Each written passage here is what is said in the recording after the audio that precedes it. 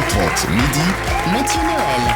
Mathieu, ça vous va comme lancement? C'est pas mal, c'est pas mal. C'est un lancement Si vous pouvez être un peu plus élogieux, ça me c'est un lancement du jeudi. Hein. Alors Mathieu, cette nuit, vous avez lu avec beaucoup d'intérêt le livre de Patrice Duhamel sur les coulisses de l'Élysée et vous l'avez trouvé carrément passionnant. Fascinant, Michel. Fascinant.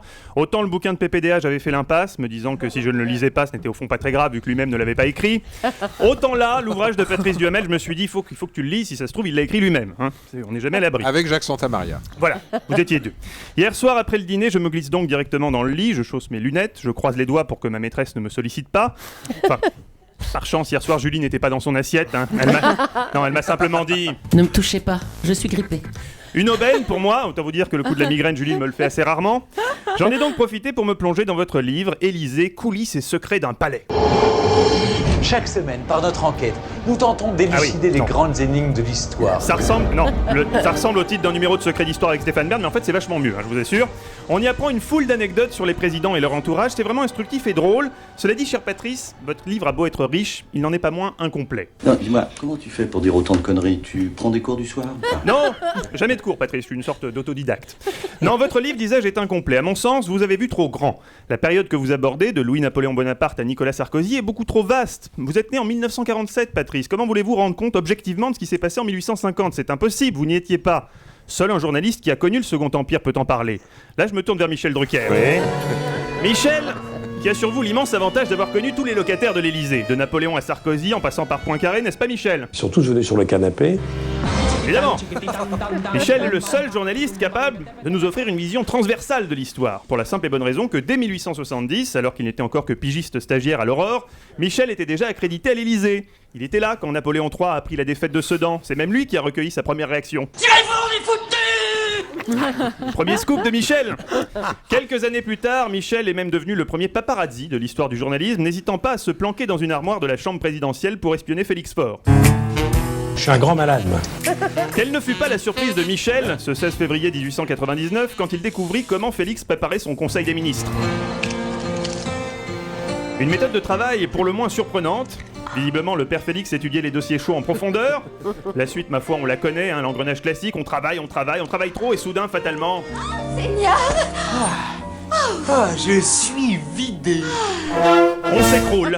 Et oui, Félix avait donné son corps à la France, mort en épectase dans les bras de sa maîtresse Marguerite. Une scène dont Michel Drucker, dans son armoire, n'a pas manqué une miette. Il a pris des notes en direct, inventant par là même le concept de sextape. Ça paraît surréaliste quand je raconte ça. Pensez donc, Michel, on commence à vous connaître, plus rien ne peut nous surprendre. Bref, peu à peu, Michel est devenu un habitué de l'Élysée. Hein, quand une situation périlleuse nécessitait une enquête journalistique pointue, c'est Michel qu'on appelait. C'est lui qui a élucidé ce qu'à l'époque on avait appelé le mystère Pépette. Le mystère Pépette a secoué l'Élysée au printemps 1931. Le président de l'époque, Gaston Doumergue, ne dormait plus. Non seulement le nationalisme était en train de gagner du terrain en Allemagne, mais en plus sa chatte Pépette avait disparu. Heureusement, une fois de plus, Michel Drucker était l'homme de la situation. En étudiant méticuleusement les trajets quotidiens de Pépette... Il est passé par ici, il repassera par là. Bien joué, Michel. Bien joué. Il a fini par la retrouver. Allez hop, Légion d'honneur.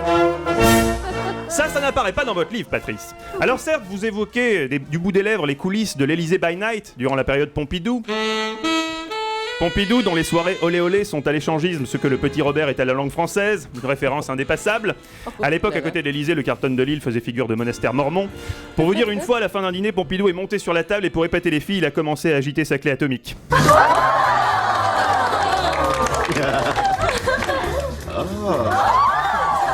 Toute une époque. Pas un mot non plus dans votre livre de la fois où Yvonne de Gaulle avait bu un coup de trop et qu'elle avait piqué la clé de la valise nucléaire, obligeant de Gaulle à lui courir après dans le jardin. Mais là, c'est un gros scotch! C'est pourtant une affaire qui avait fait du bruit à l'époque. Aujourd'hui, ça a changé, l'ambiance est beaucoup plus calme à l'Élysée. Il faut dire qu'avec Carla Bruni-Sarkozy, le palais est devenu un lieu de création. Enfin, de création. De création. Disons que Carla prépare son prochain album, quoi.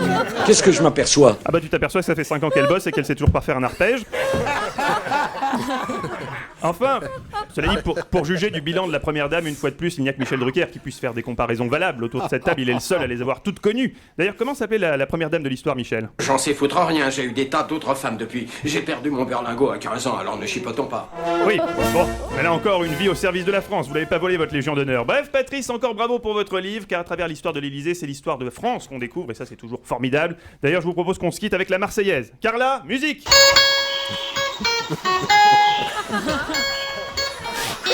Ben, vive la France quand même. Mathieu Noël.